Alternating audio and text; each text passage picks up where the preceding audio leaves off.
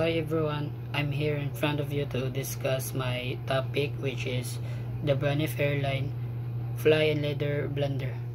So let me explain the description of the situation.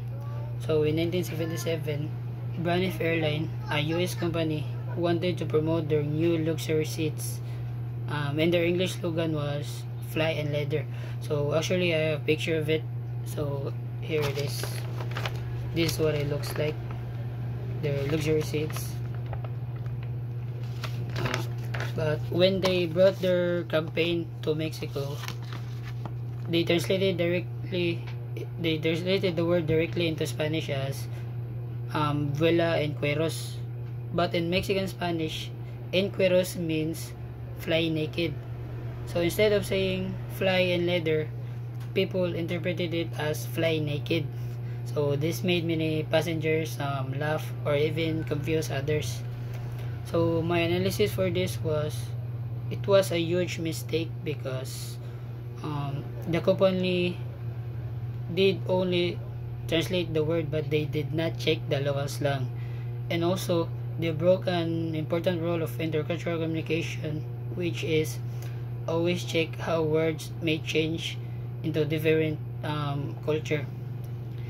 And this shows that the Braniff really shows that they did not fully understand the Mexican culture and their language. So the connection to DMA is this mistake reflects the stage of minimization.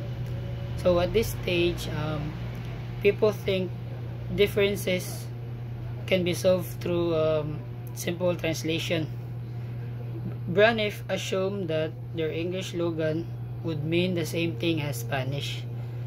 So my solution for this was, the Braniff could have been avoided this by asking for a local translator or even an expert to review the slogan, and they must use a safe and clear language that avoids jargon or double meaning.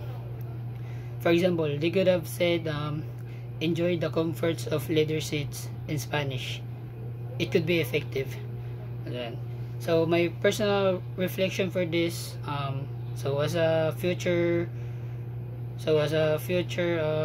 expert, as a future professional, I will always check how words may change meaning into different cultures before I use them, and I will use simple, neutral, and more respectful words, so I don't offend people.